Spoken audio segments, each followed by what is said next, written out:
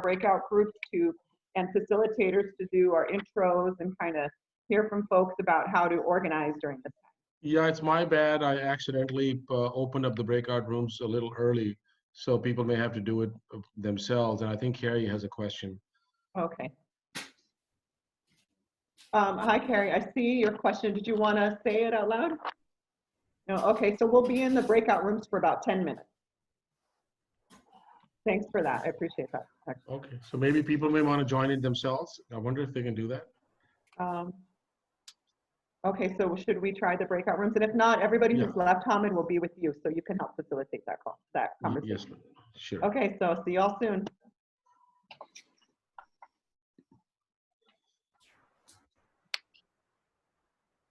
Everybody's got to go into that.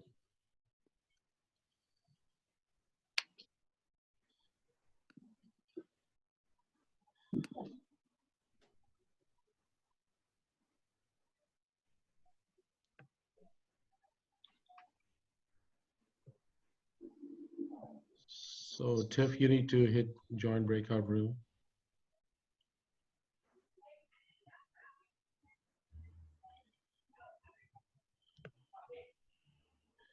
And Eugene and Dogon have not joined. Hit the join breakout room. Oh.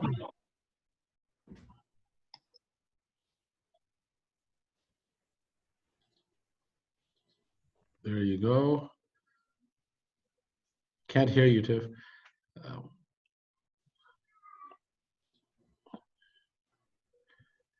Clay needs to hit join breakout room. Shakir. Oh, Shakir already joined. So it's only Tiff, Dogon, and Clay. Yeah, Clay's already joined. So Tiff, I don't know where that function is to join. I can't hear you, Tiff. You're on mute.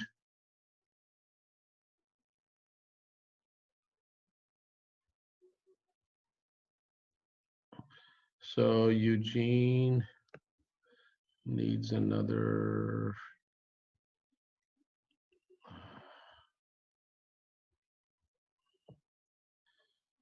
Magali, are you able to get in? Yeah, Magali is in.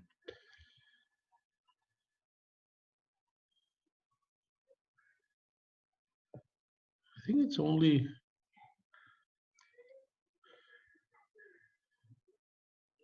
So it's only Tiff, Dogon, and Hamid. You can have a mini coordinating team meeting. Okay, so breakout room, assign to.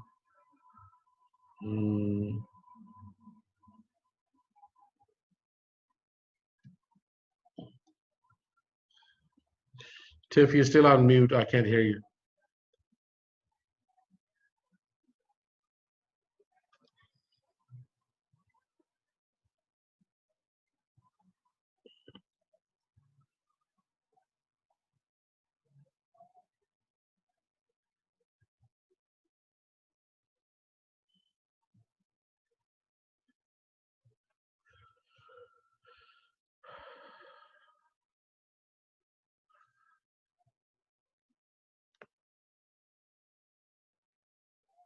It's weird, Tiff. You're the only one that Dogon. Huh.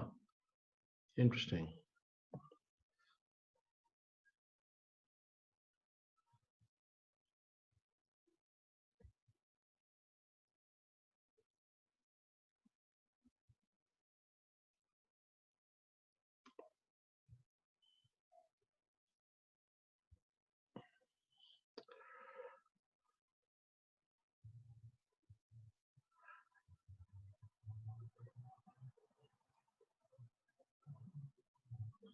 Oh. Okay, try now, Tiff.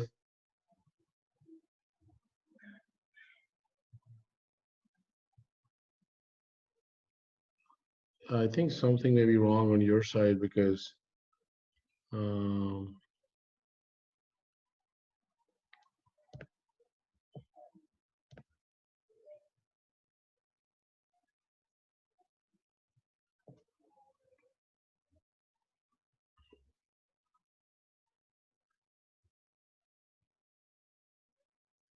That's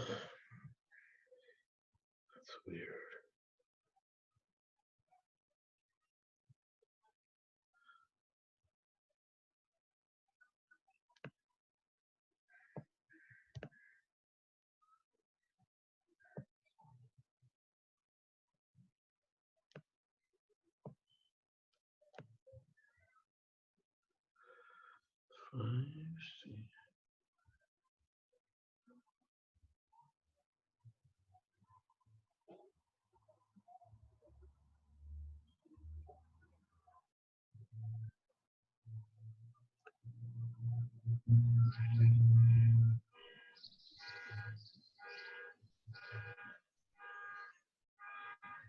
So Monique, we're gonna doing a check-in in a breakout room. I'm gonna send you in a breakout room right now.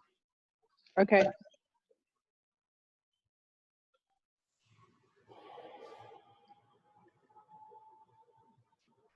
Hey Audrey, we're in a breakout room, so I'm gonna send you to a breakout room. We're just doing some check-in.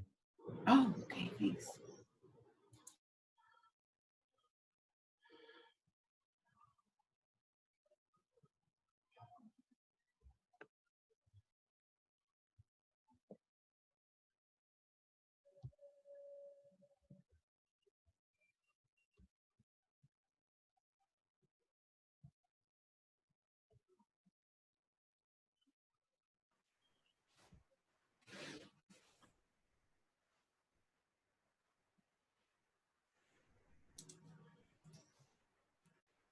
Okay, I think I'm unmuted now.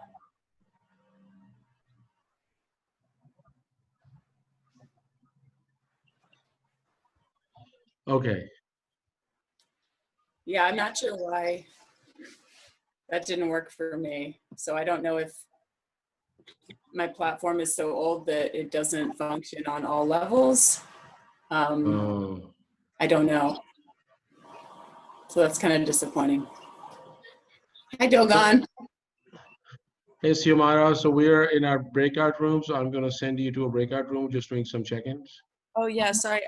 My breakout room got disbanded, I guess. Sorry, y'all. I didn't. What? Yeah. But I was in breakout room 5. Oh, I think I can maybe go back here. I'll try and join right now. Back. Yeah. Oh, it's gonna take me to breakout room 3. That's fine because of 5, yeah, we were having problem with 5. Okay, I'll join breakout room 3. Sorry, y'all. No worries.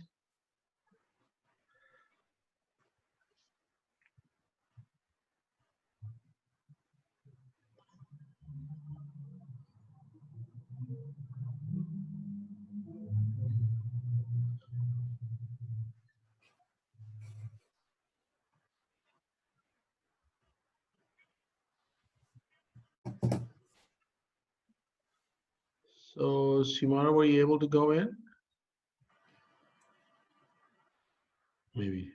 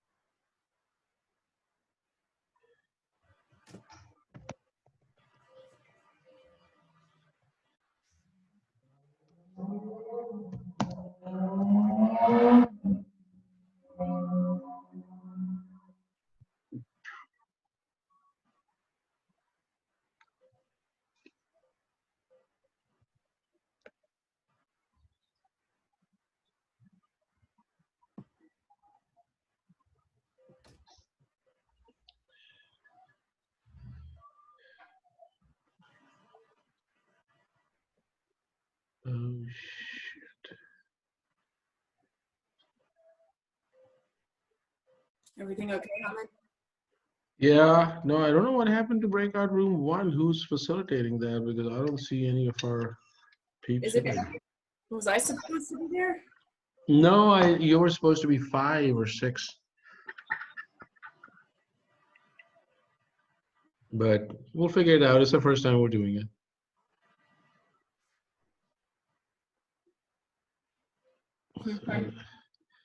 Oh, I thought Shakir was gonna be there. I don't know.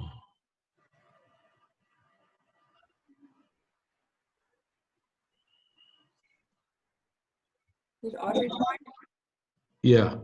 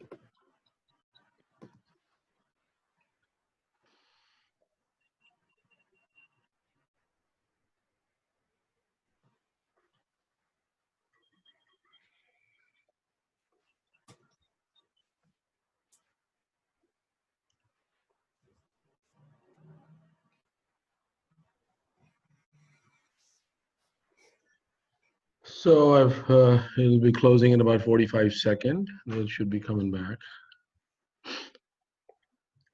Okay, hopefully I'll be able to go back to muting and unmuting myself like I was.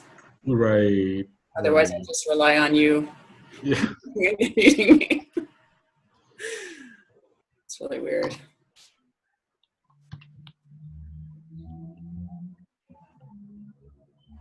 Welcome back, folks. If they don't come back, they'll be kicked out of there in 20 seconds.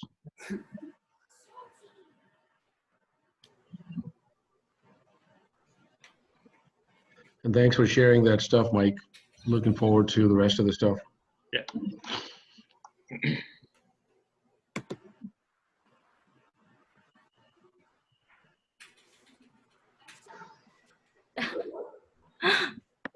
It went by so fast.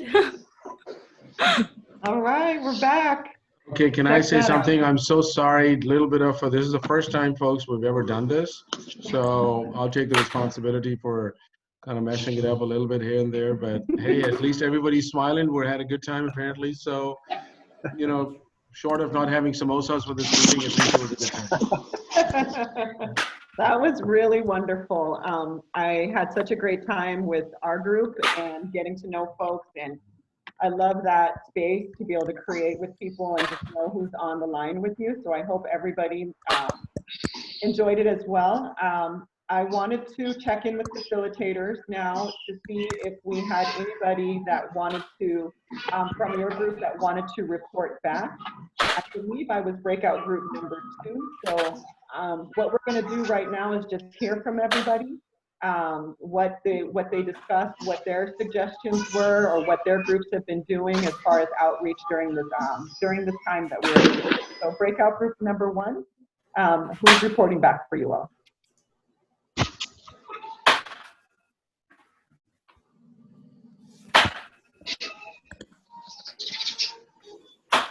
Is the facilitator going to go ahead and report back then? Who was group 1? Okay, I'm going to skip to group 2 because we have to kind of just be mindful of time. Okay. So, Jordan, I know you were in our group, and I wanted to see if you wanted to report back for us. And you can just let me know if you didn't want to. If folks can mute themselves, that'll be helpful. And I'm not seeing Jordan. Oh, Jordan, do you want me to go ahead and I'll go ahead and go, Jordan, because I see you're muted. So, okay. So for our group, and group 2 is really great. We are for a lot of folks from LA, but then we also had some folks from the Bay Area as well. We were talked about the creation of zines that are happening, and that handout going around in the community, a lot of mutual aid work that's being done, particularly looking at sharing resources with folks, with unhoused folks. During that process, also, like I said, passing out the zine. LA Can and folks are engaging in short interviews with people, finding out what their experiences have been currently. And a lot of folks had a lot of good things to say about basically being able to participate more with these online meetings. And so, yeah, and that just being actually enjoying that ability to participate more. And Hamid, it looks like Jordan was trying to participate, but they were not able to unmute themselves. So does everybody have the ability to unmute themselves now, Hamid? Yeah, Jordan is unmuted. Okay, cool. So did you want to add anything, Jordan? No, yeah, I think you covered most of it. I thought one thing that was interesting was just the note about the food being a big need because a lot of the food banks are closed. So thank you, group 2. So if we want to move to breakout group 3, that'd be great to hear what you all were able to talk about. Okay. Well, we didn't have a chance to identify a reporter, but would anyone from the group like to share? No? Okay. So basically our group was a great group. We had half of the folks basically from LA, and then the other half of folks from different places on the East Coast, Midwest, and Northern California. Our group talked a lot about mutual aid and different practices that they were involved in their local communities. I won't go into too much depth, but if anyone wants to add, feel free.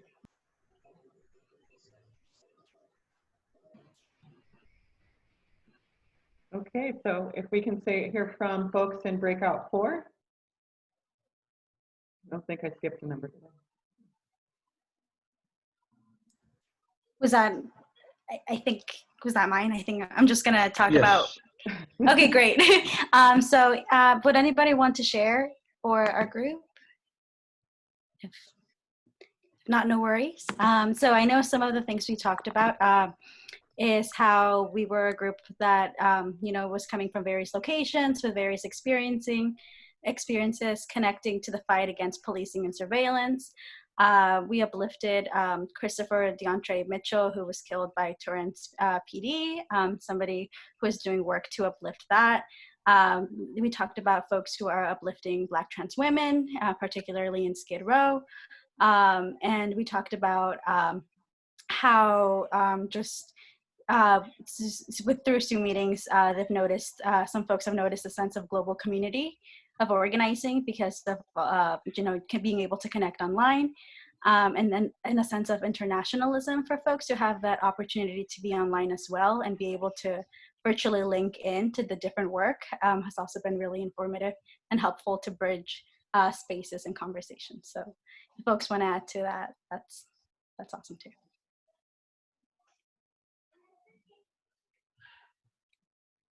Okay, so breakout group 5. I think that was us. Great. Paul from LA Can.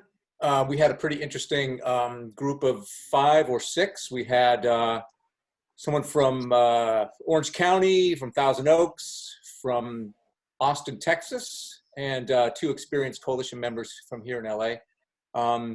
We discussed a couple of things. It went, like you said, it went by really fast, but it was interesting how our colleague from Austin, Texas, was really curious as to the dismantling of the Pred poll and what that means, as he sounded like it's coming to Texas, it's coming to Dallas, and he was afraid it's going to be in Austin soon, so he's looking for information and some alliances with us to help with that.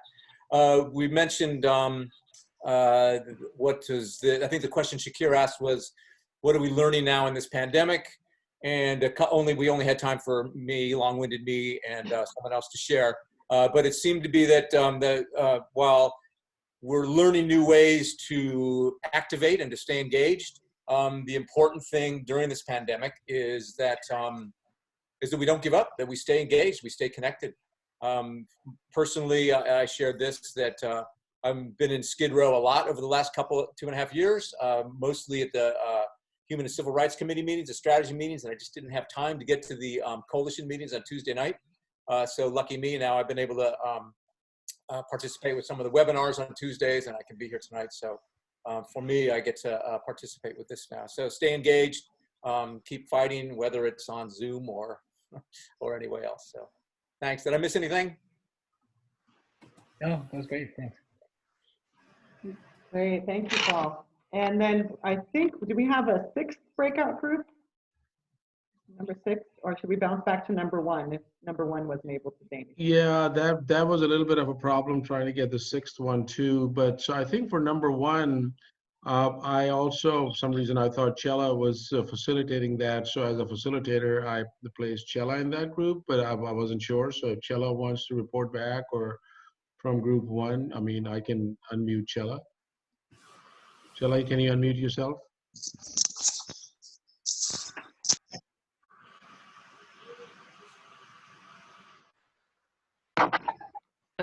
Baba was in a different group. Oh, okay. Sorry. Never mind. Yeah, I got sent to a different group. Okay. Okay. Well, this is our first time we did breakout, so hopefully next time we'll be on the ball. Well, we're going to try a second time. So the second time, hopefully we're like even better at it, right?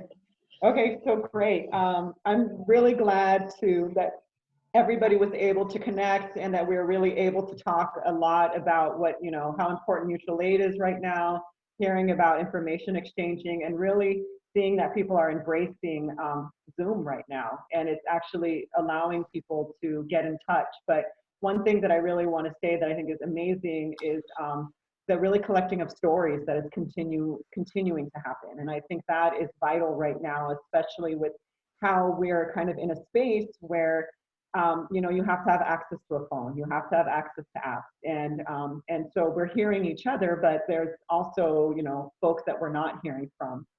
So before we kind of get into the background now, and I kind of talk a little bit about the fight against predictive policing and how it's folding into this new fight that we're going into, I wanted to just bring into our presence right now George Floyd.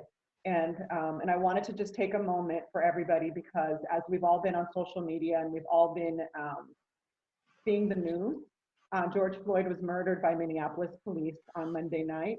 And I'm not going to take the time right now to go into detail. I'm not going to talk about the latest thing that's been released, but I just want to spend this time saying his name. And I think that as we fight against the violence and racist policing establishment, I think it's moments like this that ground us and remind us of why we spend countless hours doing this work and why this work is so necessary. So I just want to bring his name present. I want to say his name, George Floyd, and I want to ground us in that as we begin this meeting. So just for that moment.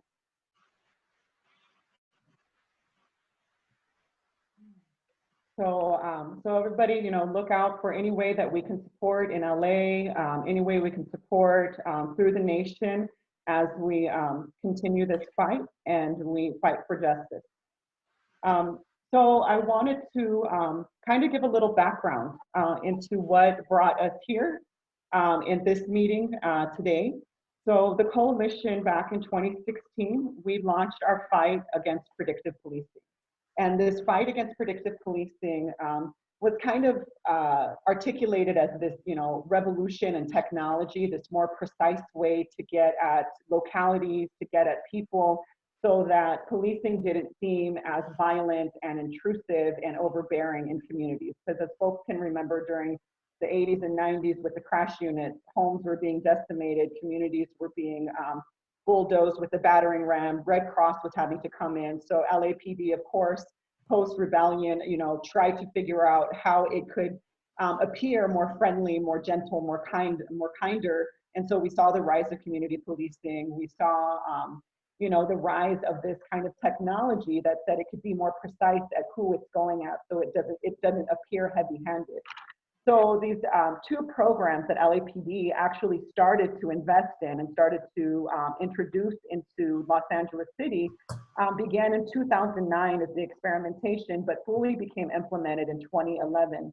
And those programs were PredPol, which PredPol is a location-based predictive policing program that used an algorithm that basically targeted localities or locations in communities based on past crimes. Then there was the second a program called Operation Laser, and that was LA Strategic Extraction and Restoration, right? So they framed it as if there were tumors, and they used this language, tumors in the communities that they needed to go into and extract in order to restore the community. This program was person and place-based, right? So the person-based was based on a risk assessment, and if people fit certain criteria that I'm not going to specifically go into right now, they were placed on a list, and LAPD, Metro Division, different, ground officers were told to go find these people and try to violate them for anything possible. And most of these people were vulnerable, newly released on parole or probation. And so LAPD basically stalked and harassed these people, trying to basically send them back to jail. And then the location component of this program was based on gun and gang violence. So LAPD would go through various types of crime reports, calls for service, and created basically what you would call density maps of areas where there was a lot of gun violence, and they would create things that are called laser zones. And these laser zones were where police would patrol to try to deter crime. So almost similar to PredPol, but a little bit different because laser added in that person component. So immediately when we started this campaign, and we started it with Los Angeles Community Action Network in Skid Row, the community saw very clearly through this pseudoscience, right? And in fact, that term was born there in Skid Row, and we saw it as just another way to mask racist and violent policing. So we started our campaign in 2016 officially, even though we knew predictive policing was there for a long time. We had community-based reports, research reports, where we had a report that was written by 10 to 12 different people that helped to bring all the information together. We engaged in surveys and focus groups. We had community-driven public records requests. In fact, our lawsuit that we filed in regards to the public records request, and that's also known as a Freedom of Information request as well, was actually written by the community in a meeting similar to this, where we sat down together after we kind of got a handle on what Operation Laser was. We basically wrote it together and said, what do we want to know? And of course, we had to change the language up so it had that legalese and those legal terms in it, but we wrote it together and filed that together. We also participated in the lawsuit because they ignored our public records request. So as the community came together, realized we were being ignored, we filed lawsuit, and we started to actively demand documents from LAPD, and that was all being negotiated through the city attorney and us, and it was actually us that was writing the letter. Our lawyer participated by filing everything, but it was really how this group started to learn and navigate that system. And we had a plethora of direct actions. I'm sure a lot of folks remember our direct action in front of the Community Safety Operations Center, where we broke bread, we drugged the commanding officer out of the police station, demanded to know about the Community Safety Operations Center, which we'll hear a little bit more about later on in this webinar, in this meeting. and, you know, demanded to know about the, the list of people that they were tracking. Of course, he denied everything, ran back inside. They locked up the police station. And we broke bread. We had a bonfire. The fire department showed up, and then they basically left. And they're like, oh, these guys have it under control. And we, you know, made that space ours. We retook that space. And then we also kept our pressure up at the what do they call it? The LAPC fail, or LA, I call them LAPC fails because that's the campaign, but it's the Los Angeles Police Commission. So we kept our presence there very strong, demanding to know more about these programs. And ultimately, Laser and Predpol were dismantled. And over 600 names were released of people who were put onto databases, put into this database with the Laser program. And so we really, you know, and I use this word lightly, victory, but we really claimed a victory. It really was people power that moved LAPD to expose themselves, because we have to remember that these programs were running through Los Angeles since 2009 is when they started to develop them. So now when we, you know, flash forward 2016, 2017, 2018, they were barely being exposed, barely being audited, barely being talked about, and even the commission didn't know anything about it. So it was a great moment where we really built a culture of resistance. So I really want to thank everybody who was a part of that fight and helped us get to this point that we are now. And so before we kind of go into talking about LAPD's new iterations of programming that really is, you know, kind of reformist in nature and speaks to how a lot of folks, you know, want metrics that show that what they're doing is working, that uses language that sounds like they're being more gentler to us and that they're actually engaging us. Before we start talking about this handbook, which is what this meeting is about, I wanted to step back a little bit and talk about Laser, because we're not completely done with that program yet. It may have been dismantled, but there's been a lot of harm that was inflicted into the community because of this program. And so we definitely are continuing our work to reach out to people who were placed into the database and who were stalked and tracked and traced by LAPD and identified, and they called them chronic offenders or identified as the tumors, right, that LAPD was trying to, LAPD was harassing. But we also, through that public records request that I named, and we filed several of them, we also received a lot of maps. And these maps were basically mission sheets that line officers would get and that would designate where they were supposed to go. And so we have a team, and I'm going to ask Lauren to, or turn this over to Lauren, but I want to share with you all right now what these maps look like. And Lauren's going to talk about a project that, and just, it's going to take me a moment just to get the map. So, and Lauren's going to talk about this project that we've been working on to actually do some data visualization around these maps. So this is basically like a mission sheet of 77th Division. And so I spoke about these laser zones, right? And if you see, and it's kind of hard to see it, but they're black kind of rectangular demarcated areas. And these were laser zones, right? And so you'll see in this map, there's about a total of 6 laser zones. And here is how LAPD basically breaks up areas within, and this one is 77th area, where they basically target communities, where they drive through, and particularly in these spaces, they would target and try to find chronic offenders, which is what they were calling people that they put on that list that they claimed that was basically a person-based tactic of tracking people. Also within these laser zones, they established things that were called anchor points. And these anchor points were areas where LAPD worked in partnership with the city to try to evict people from homes, trying to shut down businesses, or would try to basically redesign the area to make it easier to police.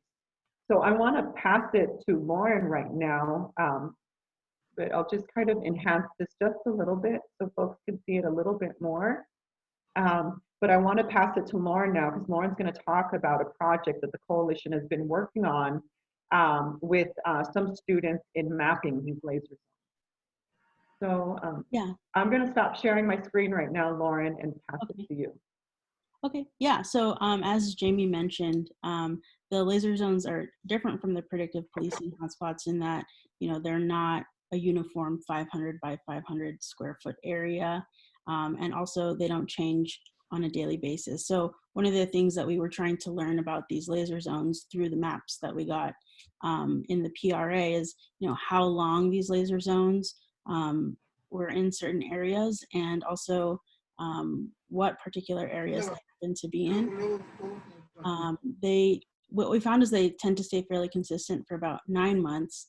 And I'll show you some of the maps that we have done. So we took those PDF maps that Jamie just showed you, and what we've been doing is for 77th Street Division, we've been kind of just plotting them along with their dates, so we have a sense of where they are. So what you'll see on this map is, can you all see my screen? Yeah, it's the 77th Street division that we started off with.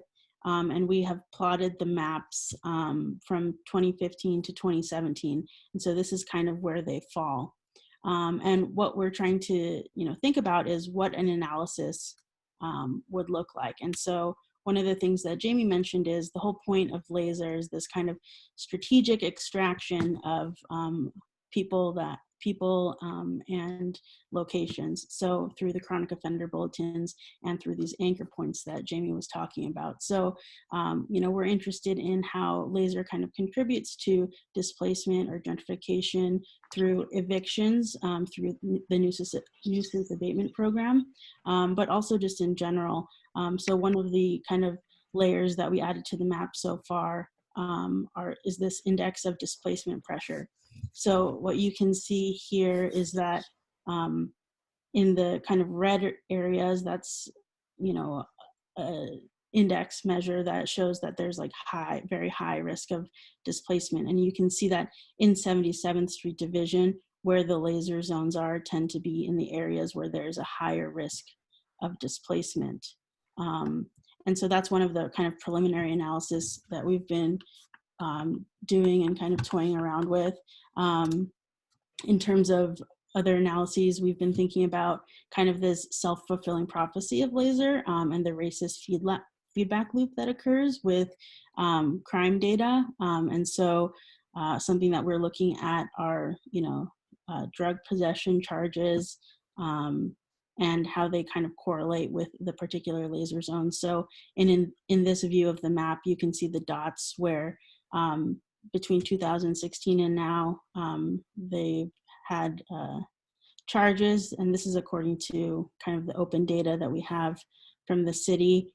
And you can see that, you know, they tend to kind of cluster around certain laser zones, but we still need to do more analysis, but that's just kind of an example.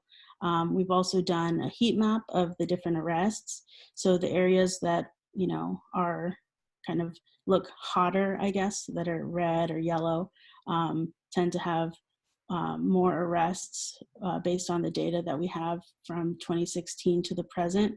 And so right now, you know, we've just been mapping the zones and thinking about different ways that we can analyze the impact of this program. And we're just, you know, trying to work on thinking about what other analyses we can do, because as we'll see, like laser itself might be dismantled, but a lot of these location-based policing strategies are still being employed. And so how can we discredit these and show that, you know, this entire notion of location-based policing is just basically using technology to legitimize the policing and over-policing of people of color. So that's, yeah. Thank you, Lauren. I'm thinking right now it'd be nice to open it up. Hamid, can we be sure that everybody's unmuted if they choose to be?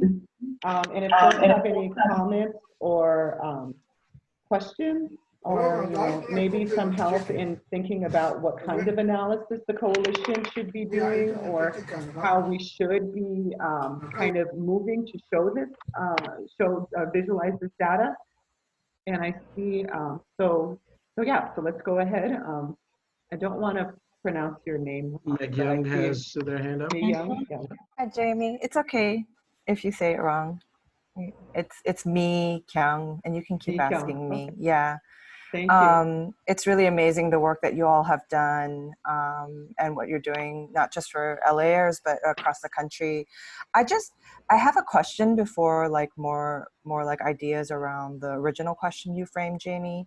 I'm wondering if for places like Lancaster, where a lot of folks got displaced and are moving to Lancaster, and I know that's more the sheriffs, is there comparable technologies happening there? I'm just wondering if there's like, I don't know how many police agencies we've got, like, I don't know, maybe 160 in the county.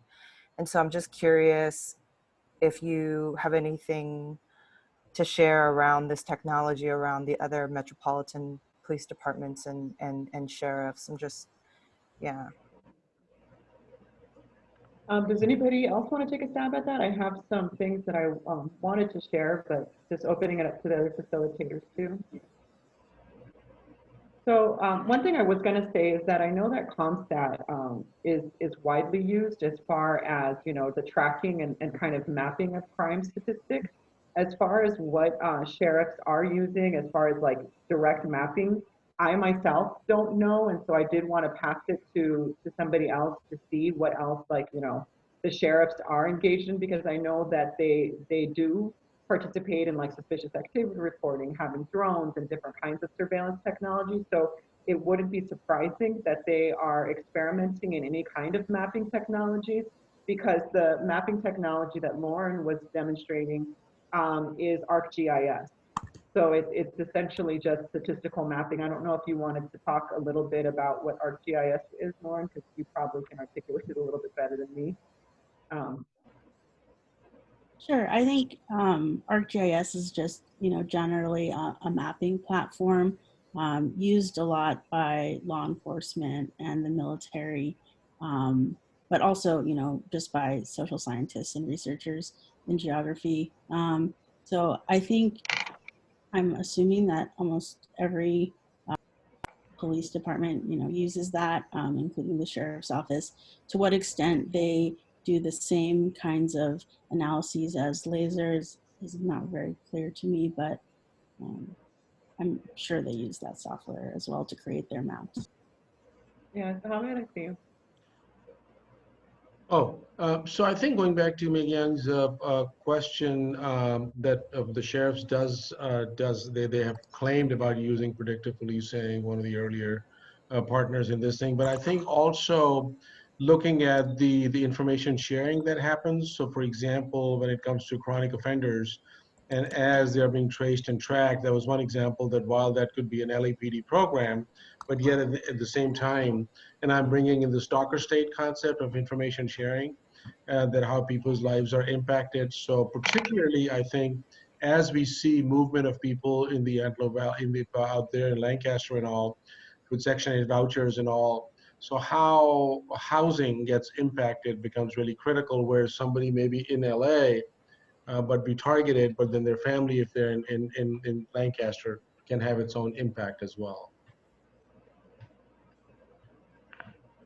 Let's see you, Shakir.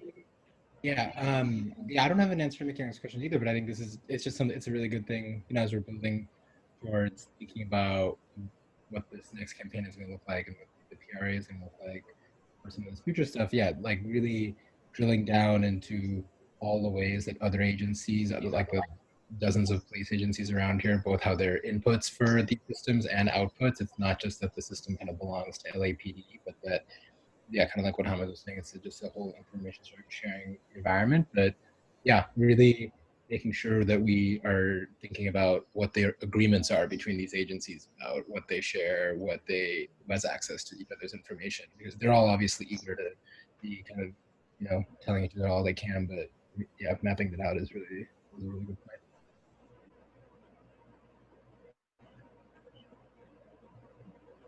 Great. Thank you so much for that.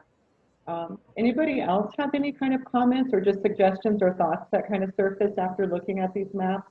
Questions?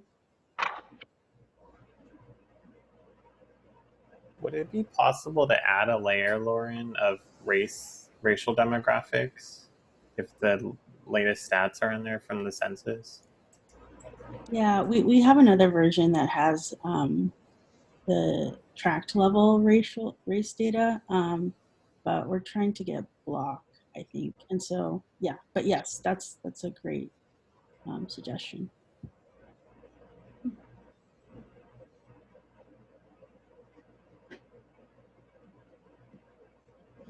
Okay, great. All right, so that's the work that we're doing in that group. If folks want to get tied into that, want to do some mapping, kind of I think, Lauren, it's like a simpler process. It's very tedious, I've heard. I haven't done any myself, but Lauren's been training a lot of different mappers. If you just want to be a part of that conversation, this group is meeting the third Thursday of every month, and we meet at 6 p.m. So drop your name in the chat if you want to stay looped in to see how we're developing this project. Yeah, any help would be greatly appreciated. No experience necessary. I'll meet with you and go through it with you. The process is really not that difficult. It's just tedious, like Jamie said. Okay. All right, great. So we're going to move into, and I'm going to do a time check at 7:03, which is perfect. Means that I have you all for another hour. So yeah, so now we're going to move into what basically happened, right? So we kind of, in the timeline, in the story, and what went on is that Predpol and Laser were dismantled. And this kind of came about because the Office of Inspector General that works with the Police Commission basically was forced to audit these programs, right? And in that process, basically, they were giving recommendations as, you know, the OIG, who works in partnership with the Police Commission, who works in partnership with LAPD, would do on how to reform these programs, right, and different ways to approach it. And so through that, LAPD launched what is called data-informed, community-focused policing, right? And so what I'm going to do right now, and just give me a second, because I want everyone to have access to the handbook if they didn't have access to it before. And I'm going to drop it into the chat right now.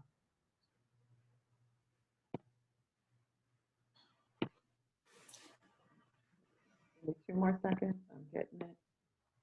And so if what we're going to do right now is we're going to go through the handbook together and kind of not, you know, detail for detail, but basically giving everybody an idea of what's in there. Because what's interesting about this framing now, because, you know, before it was glossy, it was this data-driven policing, there was algorithms, there was risk assessments, and what they did, which made them an easy target. And I say that because, you know, that's what we're doing. We're targeting them. We're figuring out how to dismantle these programs. Is that they named them 2 different programs. They named them Laser, they named them Predpol. So we were able to align ourselves and figure out how to take each one down, you know, piece by piece. Now what they've done is that they've kind of like unearthed every type of tactic they've ever used, kind of not ever used, but there's some tactics that they've been using for quite some time that they've kind of just thrown in the mixer and mixed around with all this new technology, right? And they gave it a glossy name, data-informed, community-focused policing, to almost make it like it's a harder target. Because now we have all these programs that are listed in the handbook. And just to summarize and to give people an idea of how they're moving, it's very much so in this counterinsurgency method, where they are centering victims, right? People that they claim are victims in the community. And from there, they're figuring out what these victims, you know, claim the problems are in their community, figuring out how to engage those problematic areas and using technology to help them, you know, isolate areas and make areas easier to police.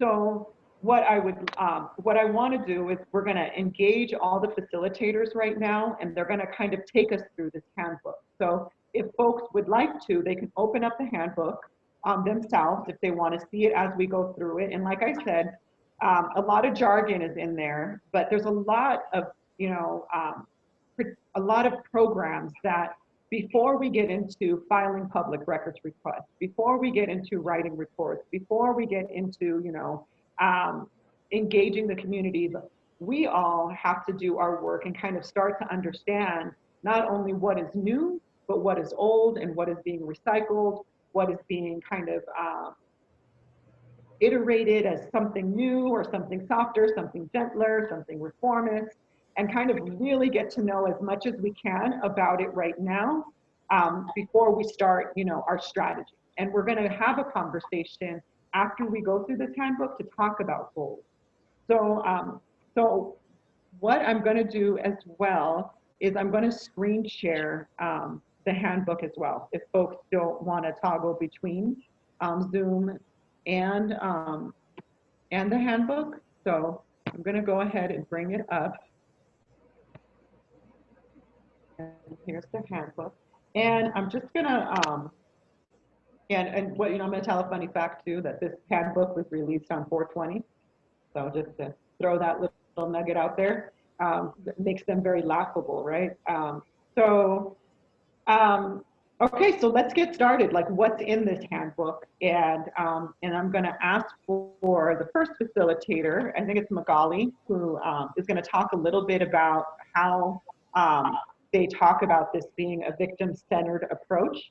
And Magali, just let me know if you want me to toggle down to any particular page.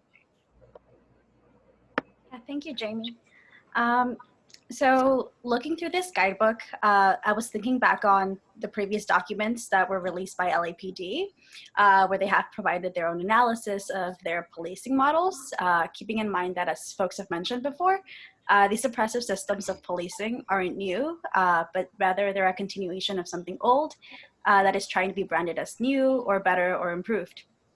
So the guidebook does mention their purpose, right? So it says that their purpose is to solve crime problems in specific places and increase assistance to crime victims and those who are most at risk of becoming victims.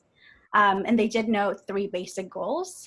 They said it was to increase trust between police and public, to reduce crime, including gun and gang-related crimes, and to assist victims of crimes, including residents, business, and those who are vulnerable to crime and disorder.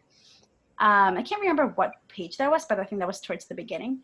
And so to me, it was important to highlight the way that they are centering victimhood, because it makes me question, who is seen as a victim and how is crime defined, and whose victimhood is believed or justified and protected versus who are the ones who are labeled as perpetuating this violence. There's also a part where it says that, the part that it says that putting residents and businesses as well as those who are vulnerable to crime and disorder. And to me, that is coded for like labeling capitalists or landowners, landlords as vulnerable and that need protecting from crime and disorder. So this makes me think, like, with evictions continuing to happen and more folks taking part in the rent strike and other mobilizations, just how the police state will continue to further criminalize unhoused folks and these efforts. And so back to, there was a page that talked about the SARA model. I think it was like page 11 or 7. Here. Yeah, there it is. Yeah, there it is. Yeah. Sorry if I was making people dizzy. Yeah, so the SARA model is defined as scanning, analysis, response, and assessment. And so the scanning part is pretty much talking about a problem that contributes to crime and poor quality of life that's defined using data from sources. The analysis is defined as being used to construct a database using hotspots, using time, using neighborhood and activities and community engagement. And so the way that analysis has operated before in previous documents about the SARA model that has been recycled is just pretty much talking about hotspot analysis and how they use different demographic, socioeconomic, and public health information to distinguish neighborhoods from each other. So I thought that was like really important to highlight. And so the response aspect of the SARA model refers to like problem solving that consists of hotspot analysis. And they use like all these fancy words like temporal analysis, spatial analysis, like activity analysis. And they talk about different tools that are used to like solve the problem. So an example that is mentioned here in the guideline is how foot and bike patrols are, or police presence and enforcement. So through surveillance and arrests are a type of response. And then assessment is seen as determining success by measuring results or of response through cost for service, incidents, or public perceptions. So the way I've seen they define reducing crime is based on the arrests and convictions, not actual safety. So I thought that was also really important because success is pretty much being measured by how much traffic they are receiving. So how many calls they're receiving, how many folks are calling police, and that usually might end in some type of arrest or conviction, but has nothing to do with actual safety. And then something else that I noticed that was like, that sounded weird to me was just the use of the word clients to refer to people that the police may interact with. So I know that the guidebook, I think in the other side of the page, right there next to the SARA model, talks about clients, the two types of clients and their problem solving. They talk about direct clients and indirect clients. So direct clients being those who you interact with directly at various points during the service delivery or in the work team. And so this can include callers for service, the participants in incidents or bystanders, victims, witnesses, sources, suspects, offenders, and involved officers as they defined down below. And so indirect clients has been defined as for those that are not directly involved in the incident, but who have an interest in the outcome. So it was just really interesting to see how they use language and particular words to start describing certain relationships with community members. And also something else that I noticed with language is just how it's being co-opted as their way to like improve the aesthetic of policing, but when in reality it's really just the same shit. And so I know some of the vocabulary that I noticed in the guidebook is just their use of terms like unifying forces, collective energy, spirit of unification, collective efficacy, resilient, and just a lot of these words that that kind of want to mimic some sort of community or relationship with community, but it's really just the aesthetic part of it. I think, yeah. I'm just gonna, so that we can get to other folks real quick, I wanted to jump in right there real quick, but just to talk about collective efficacy, where in a study, they demonstrated that men who own homes that have higher education levels, who are not on general relief, have actually greater collective efficacy. So as Magali was saying, who is the victim that they're centering are male property owners that have had access to education and jobs, etc. And those who don't have those qualities actually have less commitment to their community. Yeah. So that's pretty much all for me. But thank you, Magali. That was really great. So I think when we talk about who they're centering in the sense of who's shaping the responses and who they're responding to, that's really important to see. So I wanted to see if Shakir can talk a little bit about offender-based programs that we still see in this next iteration. Yeah, sure. And thanks, Jamie. Thank you, Molly. So for this, I think the good page to go to is page 23, which is where LAPD talks about what they call offender-based policing. And so this is, earlier we were talking about kind of dissecting what's new, what isn't, what's old, what's repackaged. This is, I think, kind of clearly a repackaging of the LASER program, and the program that's targeting individuals for increased surveillance and policing and police contact.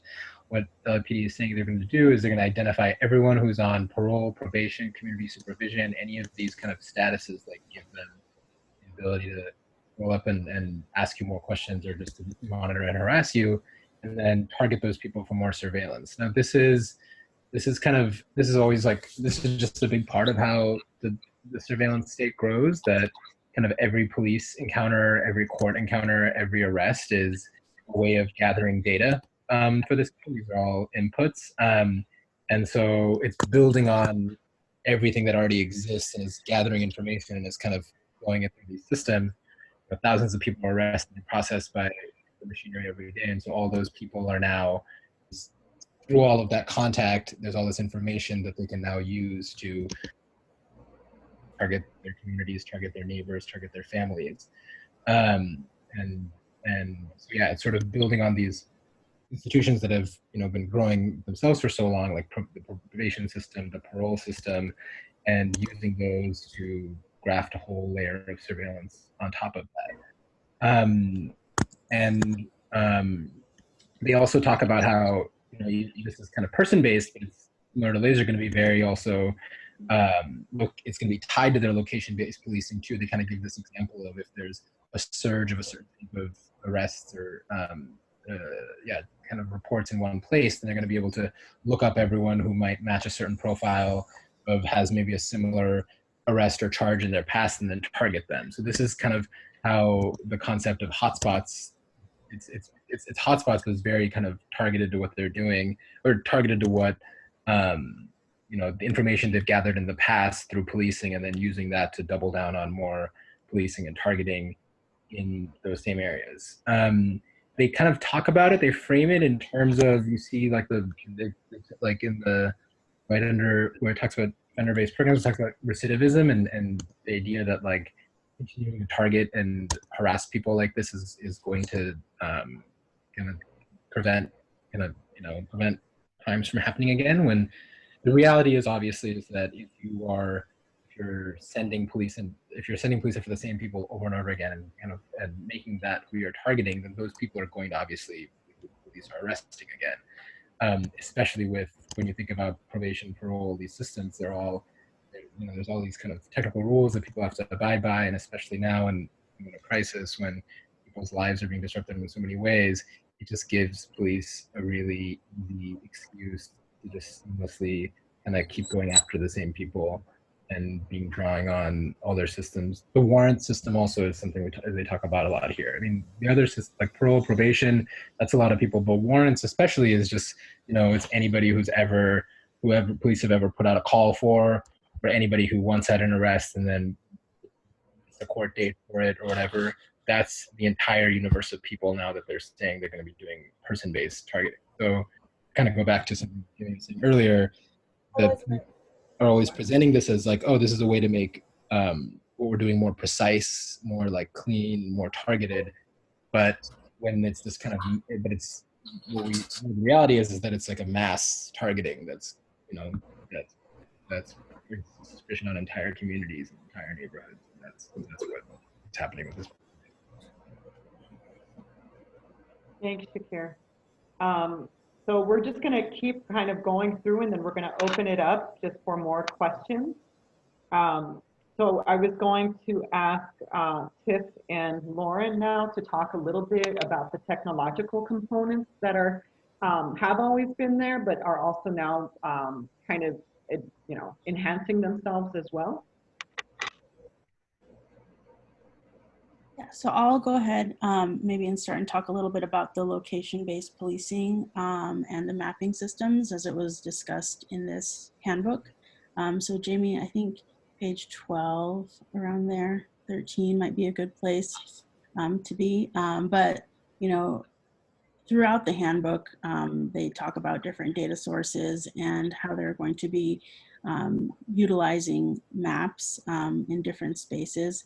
And so one thing that I noticed was a lot of the tools and processes are the same tools and processes that were used in predictive policing, like PredPol and laser, but they're not necessarily using the PredPol algorithm, but they're still using the same inputs, the same crime data, still using the same calls for service, et cetera. So just like in these to previous predictive policing programs. They're using the same data and they're feeding it into a computer software, which then spits out a map. And something that, you know, we should try to find out is what are the algorithms or methodologies they're using to create these new real-time crime maps that they're talking about.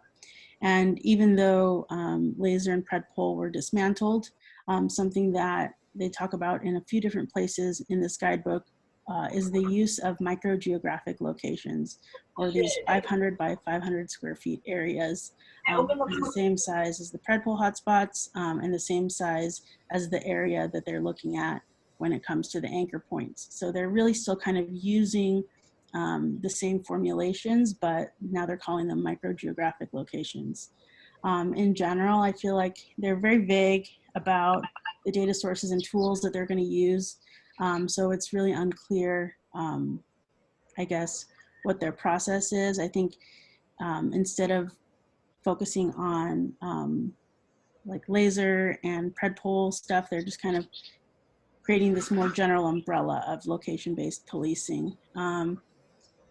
The calls for service data was mentioned earlier, and that's something that's going to be used. But what we do know about these calls for service data is that there's been a lot of research that shows that gentrifying areas tend to have a spike in these rise of 311 calls and calls for service. So that's kind of one potential link about how using location-based policing can reinforce or speed up gentrification. And that was a concern that was raised with Laser and kind of continues into this new paradigm of location-based policing. Their own Office of Inspector General audits of the Laser program basically showed that they weren't successful. So the fact that they're still using these location-based policing strategies is kind of interesting. It doesn't really make sense. And so I think as we think about the next stages in the fight, you know, I think we really need to discredit these location-based policing programs and the use of these technologies because they really just contribute to a racist feedback loop. Mm-hmm. So, Tiff, I don't know. Yeah, hi. Can everyone hear me okay? I just want to check my audio. You're good, Tiff. Great, thank you. Okay, so as we're talking about data collection methods used by LAPD and looking at this handbook, one of the things that I wanted to talk about now is FI cards. This is a field interview card. This is something that LAPD has used in the past. It's nothing new for LAPD. It's a very old tool of theirs for collecting data. And we see it being mentioned in this handbook as something that they are going to keep using.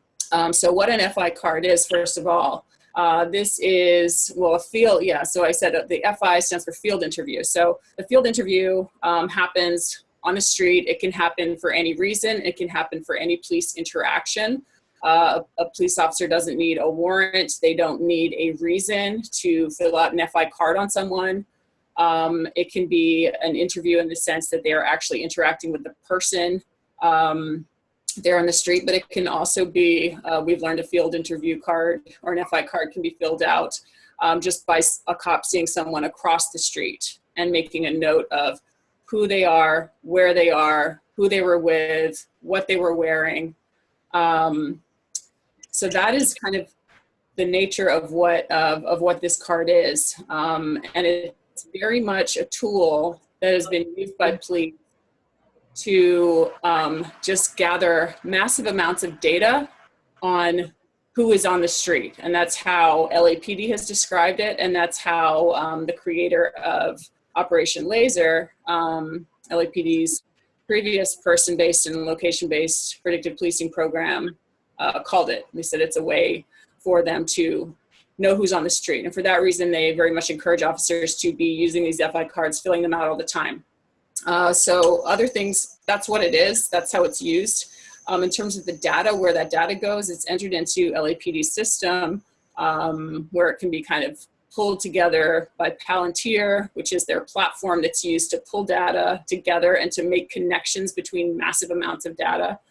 And what we know about FI card data that's gathered on the street in the form of these cards is that it is used a lot to create social maps and also to create geographical maps of people's locations. And then also any FI card interaction, anytime that a person is spotted, you know, their location is taken, who they're with, all of that goes into their file with LAPD in the system, and it is noted as an event in their file.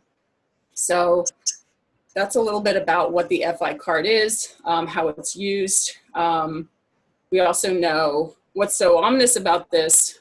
Well, a lot of what I've said about it is ominous already, but what's so ominous about it is that it's used very specifically for specific locations, specific neighborhoods, and it's also used on specific profiles. So from the mission sheets that folks were talking about earlier, we saw how cops were assigned to, directed to specific areas, and to FI card everybody who met the profile of being, for example, a Black male between the ages of 18 to 40 years old, or Hispanic male between 18 and 30, and to FI card everybody in that area. So we see this as very much a tool in being used to scoop up lots of information about folks in a certain area, but of course it's all it's all the Black and brown individuals, and also folks who are unhoused is who is mainly being targeted by this this data collection device.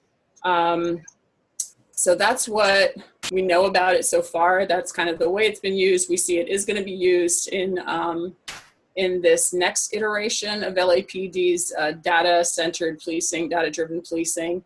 It is going to be used by CSOCs, which are the kind of the spy center information hubs for bureaus. It's also going to be used more locally.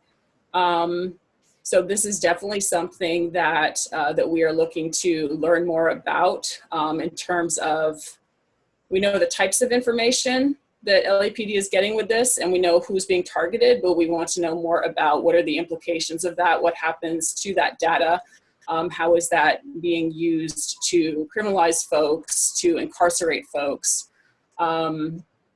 Yeah, so that's just one of the pieces about data gathering that I wanted to talk about regarding this. Thank you, Tiff.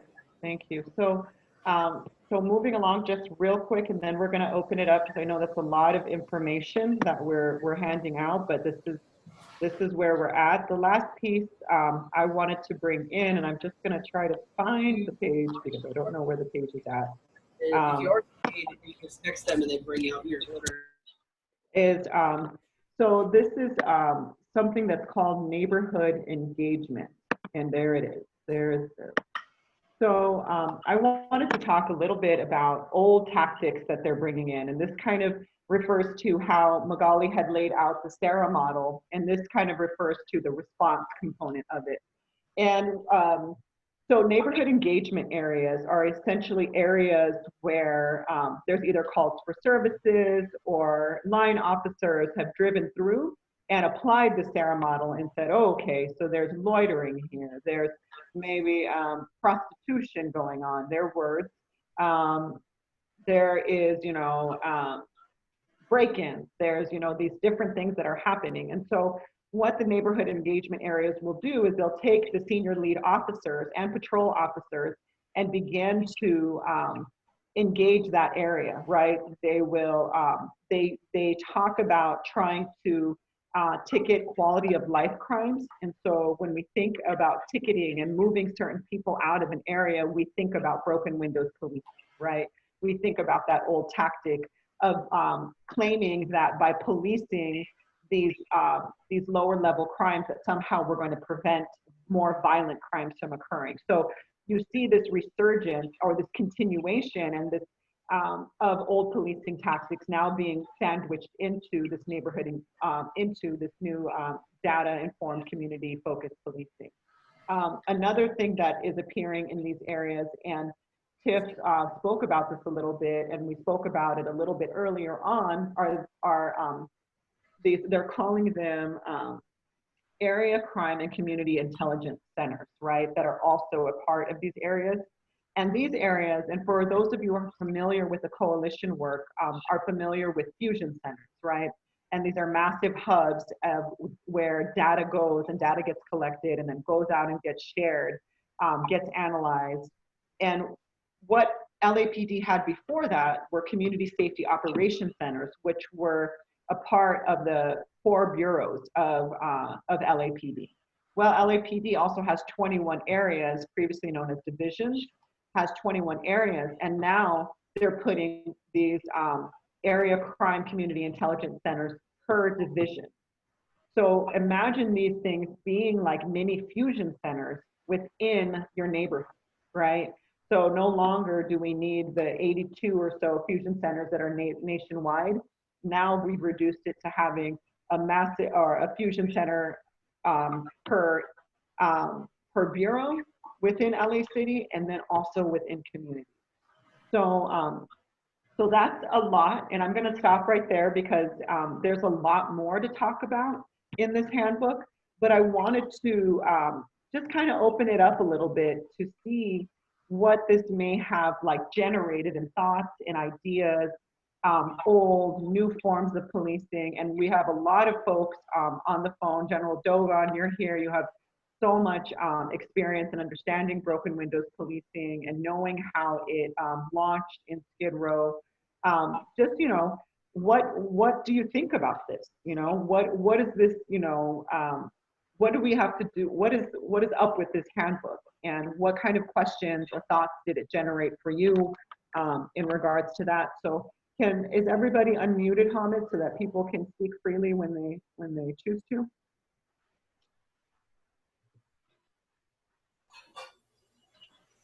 Yes, I had to unmute myself first. Audrey has their hand up. Go ahead, Audrey. Was General Dogon gonna make a comment first?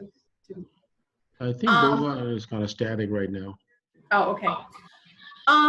Since they were able to roll this out as a procedural thing that then didn't need the police commission to approve it, I think, right? I mean, what I want to know is this still subject to audit, like by the IG, just like Predpol and Laser were? Or is this going to be something that we don't have any recourse to get it audited or? No, I think we definitely can use all the tools that we have used before to go after these programs, and that's definitely, you know, part of this conversation is like, what are our goals? How do we go after this program? And what do we, you know, what questions do we have? How much can we find out about it before we actually start to engage, you know, these different kinds of strategies? So yeah, definitely. Jamie, can I add to that just real quickly? Yeah. So Audrey, we actually, and then Stevie Ruse has their hand up.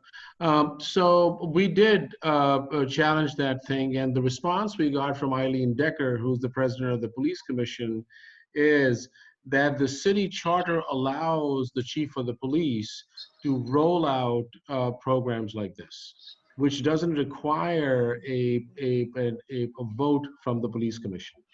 So, and then they sent us details on that. So to you, I mean, I think yours is a very good question, but procedurally speaking, that's the response we got from Eileen Decker back in, I think February or March. I don't remember back when it was.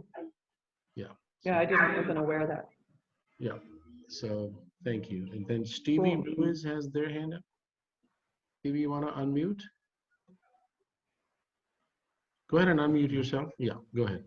Thank you. Well, first, I just want to say the work you're doing is really amazing, and it's just very, it's important. I'm noticing in the document that they cite that this has been handed down by the Justice Department since 2011 under the Obama administration. And the reason why I say that is because I do a lot of work with environmental work. But one of the projects I worked on last year was with, and you're probably familiar with this, it's a partner with GRID, which is part of the gang youth and deterrence program. And they work under a program called Summer Night Lights, and they're housed throughout all the parks and recreation. But in the meetings that I was involved in, there were LAPD representatives telling the youth to report of any suspicious gang members in their community or people that look like gang members at the meeting I was at. So I'm wondering, is there any way we can hold the city liable that they're actually coercing these youth? So the youth that they were speaking to are predominantly working class youth that are going into these positions to run a Parks and Rec program, but they're using that to try to get them to surveillance their peers. And I think that it puts them in a very vulnerable position. It's been something that's been bothering me over the last year, because I think that program is actually a spying program that's not to say that the kids are doing that, but the fact that they're being encouraged to self-report people in their community. And I could even tell the youth looked kind of weirded out that they were even being put in that position. But I remember specifically, and that was at the orientation, that this LAPD, and this woman was a member of the community that had built the trust of the community. So I just want to say that the work of the LAPD is being done in partnership with the community, but using the vulnerability of the community. For example, these kids that need a summer job, and they are running the Parks and Rec programs on a weekly basis. So I just kind of want to point out too that it's not just the LAPD overreaching, it's members inside the community that are endorsing and advocating for self-reporting and putting the youth on the front lines to do that work. So. Yeah, very much so. I want to open it up to the other facilitators if anybody wants to respond to this, because there's definitely a section in the handbook that talks about these community safety partnerships and these partnerships within community and particularly youth. So does anybody else want to respond to that at all?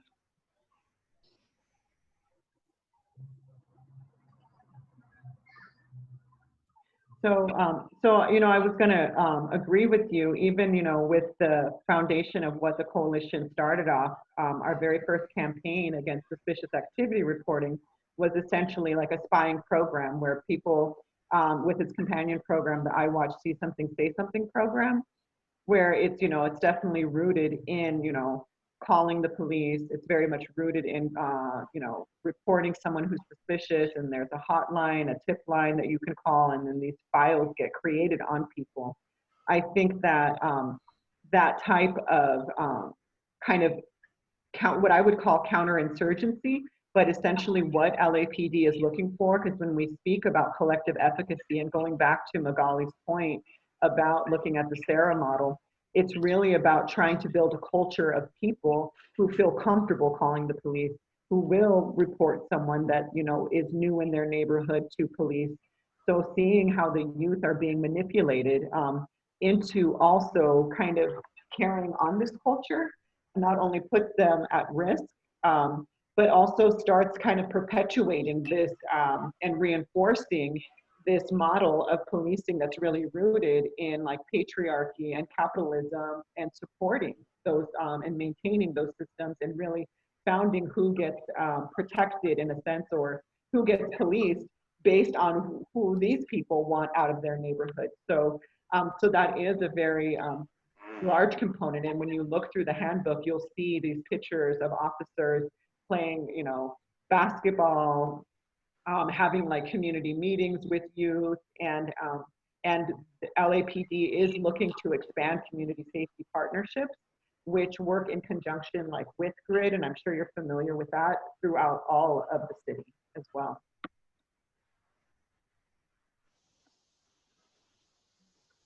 And I thought we had two other, and then I think Paul, you had a question as well, and Mayung. Yeah, just really quick. Maybe it's more procedural than anything else. You mentioned Jamie. Oh, and by the way, thank you, Jamie and the facilitators. It was equal parts fascinating and disturbing, the presentation. So I want to know that I appreciate it very much. Maybe it's procedural from the coalition standpoint, but you mentioned that the laser program is still not completely dismantled. You alluded to that earlier. So, so how much overlap is there in moving forward that you'd be working to scrape away the remnants of laser whilst addressing this new thing? Is it something that can be done together, or are they two separate issues? Yeah, so laser, they're no longer using the laser program. What we were showing in the maps is trying to look at the impact of the laser program. But what we do know is that they're continuing on like using the methodologies or the mapping tools, the ArcGIS, we see, and like they're using some kind of algorithmic hotspot mapping technique. There's a few other, Lauren, I don't know if you wanted to respond to that, of the other analytical tools. No, I think that you said it. I think, yeah, they're still using ArcGIS and CAMS, which are the two main mapping platforms that they use to create the laser zones. And so while they're not creating the zones under the guise of the name laser anymore, they're still creating location-based hotspots with the same data and tools. Miyang, you had a question. I know that you had your hand up earlier. I didn't know if you wanted to still ask your question.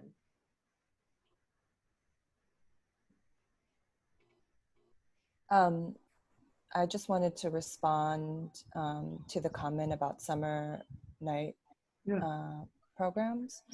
I thought that it was like, I wanted to kind of root that with the way that, because there have been some victories around de-incarceration, that whether it's the LAPD or the sheriffs, they're using various strategies to figure out a way to remain relevant. So it's not only just youth programs, but mental health programs. Like, you know, there's a lot of, there's a couple models across the country that don't involve police with mental health interventions, but the county and the city seem to prioritize a lot of joint collaborations with social workers. And I think those are similar to when probation officers would be counselors in schools. So what was most disturbing about the guidebook is its, you know, the co-optation of community and this idea that if we're in community, we're going to be safer and less violent, when in fact, it just fits in with not only reporting people, but further criminalization and funding, which I think was Stevie. Was that Stevie? I don't, Stevie's point around, you know, summer night programs used to be something that they would fund 501c3s for, or other churches, and now it only goes to police. So I think we have to be really vigilant about fighting this on various fronts now, because their strategies for policing will invariably change as decarceration happens inevitably, with the closing of the camps, youth moving into, you know, public health, and then now county jails being the site of targets for removal of inmates in there. And so they're reinventing themselves. And I think the amount of funding, the budget fight is really important in LA, I think right now, not only in the county, but the city, to stop that funding because it's going into various health and safety programs that seem like it's not police, but it is. So yeah, thank you for bringing that up, Stevie. Jamie, there's a comment on mapping, and this is from Aziz Chaudhry, saying that given the focus of this document regarding mapping, has Stop LAPD Spying Coalition experimented with crowd mapping as a counter practice, but also as a way to co-generating alternative maps to the official ones? I'll pass the mapping stuff to Lauren. No, we haven't experimented with crowd mapping. I think it's an interesting technology that we might be able to utilize in the future. I just don't know if we have the capacity at this very moment. But yeah, I agree. I think it would be a good source of, you know, counter mapping. But yeah. What is crowd mapping? But if you'd like to, So what is crowd mapping? What is crowd mapping, Lauren? Well, I guess whoever asked the question might explain what they see crowd mapping is, but I think it's just like interactive mapping where anybody can place a point on a map Is that what you're referring to by crowdsource mapping? I can unmute Aziz and see if they want to. Aziz, do you want to respond to that? Yeah. Sorry, yeah, and it's a bit late here, so I'm not too sure how coherent I'll be.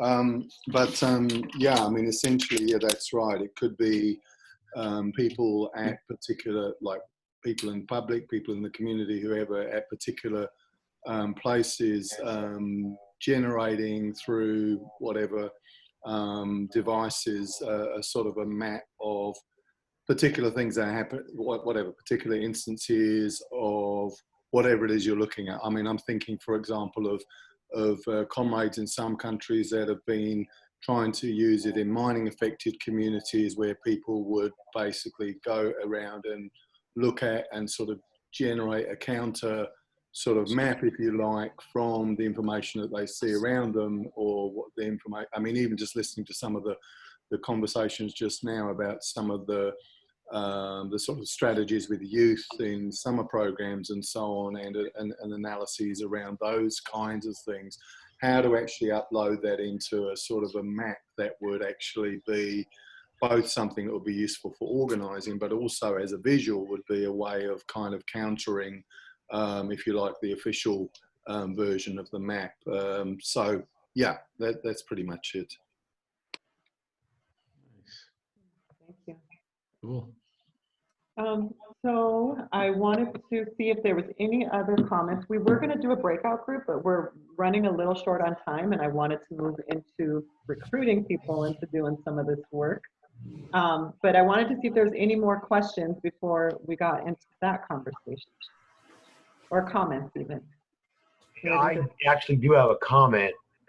Listening to the thread, it evokes Lytle Hernandez, City of Inmates. If you're not familiar with that book, it gives a dialogue from the 1700s to modern day on how LA policing, sheriffs, and PD have oppressed the community. And in her book, she talks about rebel archives. And I think it's a key concept. It's a counter narrative. Rebel archives, the police department threw away all their information over the eons. But there were still church records and hospital records and local community newspapers that this group was able to accumulate the data they needed for their work. And we're essentially doing this right now with Lauren's work, for instance, that counter map, and the Dr. Aziz, his counter narrative he's producing. So I don't know what capacity we have out there, but I think it exists. We just need to find it and utilize it to make up our own story different from theirs. Because they're going to find some other way to do it, whether it's Predpol or laser or some other new name down the road. They will find some way to manipulate information to their own benefit. We tell a different story. That's all I had to say. And thank you for your work. I humbly submit this. You guys are great. Thank you. That is an excellent idea, and that's exactly where we're trying to move with the data, like visualizing these maps and figuring and pulling these stories together and presenting that. We're still working with, I'm not sure, actually, Lauren, could you update us a little bit with the American Monument Project, or how if these folks are still tied in with us, and maybe tell folks a little bit about that project? Sure.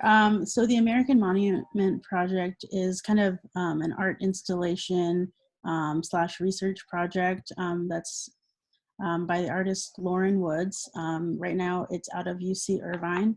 And so they have a research team that's kind of helping us with the mapping portion. And so they've still been really helpful and, you know, have contributed a lot to the maps that we have now. So that's kind of the update on that. But I think this idea of counter narratives and kind of creating maybe an asset framing map that looks at kind of the community in a different light is something that we're hoping to kind of move forward with after we finish what we've started so far. Okay, anybody else want to jump in? Okay, so now is the time for the big ask. We have a couple things that we wanted this group to kind of continue moving forward. One thing that we wanted to do, and I think there's been a lot of great conversation generated around responding to LAPD, and not so much in a sense where we respond in regards to every single program, but we let them know what we think about the handbook overall. And people have spoken about, you know, this kind of counterinsurgency that's happening, this utilization of youth, turning people on each other to turn each other into the police, this kind of framing of the community, use of technology. So we wanted to be able to make a very strong statement, probably no more than 2 to 3 pages at most, even though we're known for writing extensively. But we wanted to respond. We wanted to let them know that we are launching and that we are coming after this program, that we didn't just allow this to happen, but that we're definitely suited up and we're ready to go. So I wanted to see what folks think about that, if there's anybody that's also interested. And then on the tail end of that as well, is also looking for people who want to dig deep into this handbook as well. People who are interested in learning more about the different components, whether they're old, whether they're new, histories that I'm hearing already that people are speaking about, how they intersect with other programs.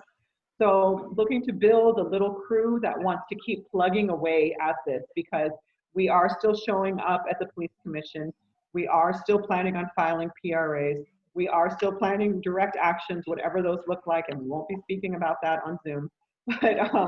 But we are still planning to, you know, to stay very active against this program. So if you feel like you want to be a thought partner, you have ideas, you have artistic talents, you have anything you want to contribute, we want to invite you to join us.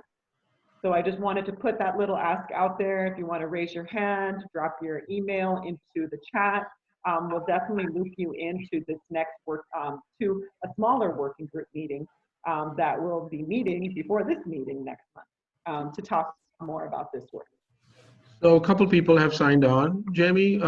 Sunshine wants to support, and I've noted their email address. They want to support the mapping project. Great. And then Chanel has, of course, said that they would try to help mapping, but they would try in capital TRY. So I just want to honor that. And then the Robin, and then Victoria Trend, they have given their email address to reach out to them. So I'll note that. And then Robin has that have their email address saying that hi, I'd like to learn how I could support the mapping as well. And then Stefan, who was just talking, said that anything I can do to support. So and then of course Paul as well has offered to help. And Great. yeah. And Victoria comes back and says that I'm always up for direct action. Nice. And Meg Young has also offered crowdsource and research and FOIA stuff. Great, great. Love it. Just super excited. And thank you so much for everybody for wanting to jump in. So with that, I wanted to open it up to everybody. Jump on stack, raise your hand, let us know what you got going on. Any announcements, things that we need to show up to, petitions we need to sign, things that we should be aware of. I want to create space for that right now too for folks.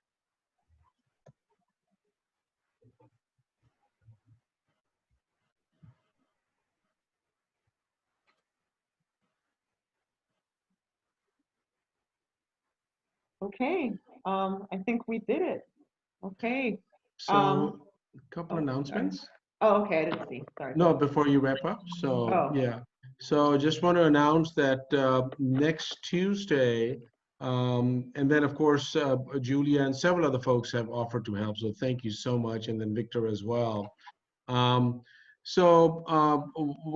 Next Tuesday is our gender and sexuality webinar. We are looking to invite Professor Kiara Bridges and Chella. Chella would be facilitating that. And for Kiara Bridges, their work has been very deep into particularly the impact on race and gender and sexuality and public benefits.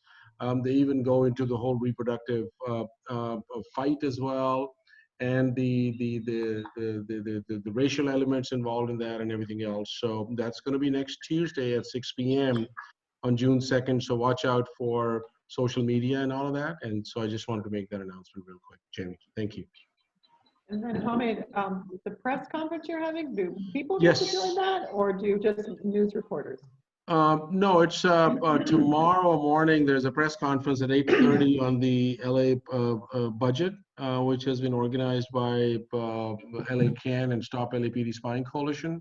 We will have some impacted folks and also folks who are also essential workers as well, because one of the things, key pieces of LAPD budget is that besides their contractual raises through the union over the next 3 years, they're also getting bonuses to the tune of $41 million. So, and the way they are framing that is that LAPD officers are now also trauma workers, they're also drug counselors, they're also social workers. So they're saying that if they have a certain level of education, so for example, if they have an AA, they will get $190 every 2 weeks as a bonus. And if they have a BA, they will get $290, every 2 weeks as a bonus as well for being those super sort of folks who are bringing in healing to the community. So that's one piece. The second piece is that LAPD is also getting an additional $76 million. They already had 52.3% of the unrestricted budget. Now they're up to almost 54%. So they're doing that as well. And yeah, so all around, it's really, so we will have folks, Pete's going to be speaking. One of the Skid Row residents is going to be speaking. Professor Bita Amani, who you've seen here, is going to be speaking from a public health perspective. I believe that Melina Abdullah from Black Lives Matter would be speaking as well. And we are trying to get a couple of EMT workers and some of the other folks as well on the press conference. And it'll go up on social media tomorrow morning. The only thing is that we have only 100 people we can accommodate. So we're trying to see, that make room so at least the press can get in too. So yeah, but it's at 8:30 tomorrow morning. All right. And I love Maggie X's comment about the raise. It's like, fuck that shit. Okay, any other announcements for folks? Okay, I want to thank you all very, very much for joining. I'm really excited. A lot of folks signed up, so welcome to the fight. And as we continue this fight, welcome to the family. We are close and we work hard and we have tons of meetings. So if you're ever lonely, we're here and we're fighting. So take care, good night, and see you again very soon. Thank you all very much.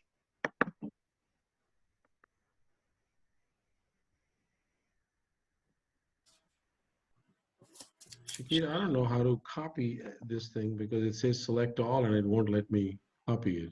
You're muted. I was gonna say also because I can't see all the chats that you're Somehow seeing. it just came to me, all of it, for some reason privately. I don't know what happened there. Stuff. Okay, so there's a button that says save chat. And where's that at? Go to open the chat box. Okay. And then you see the 3 dots near the bottom, the right side. It says no one, host only, everyone publicly. So right above that, I have a save chat. You don't have that? See, I have an old version, so maybe that's why. But let me see. Okay, I just saved it. Let me see if my version has all the chats that that people had for you. No, it only has my chats. Okay. So let's see. Is it on top? Like if you go to the options at the top, you see the save chat. On where? Option where? Yeah, I'm just trying to guess because yours is different from mine. So like maybe up top in the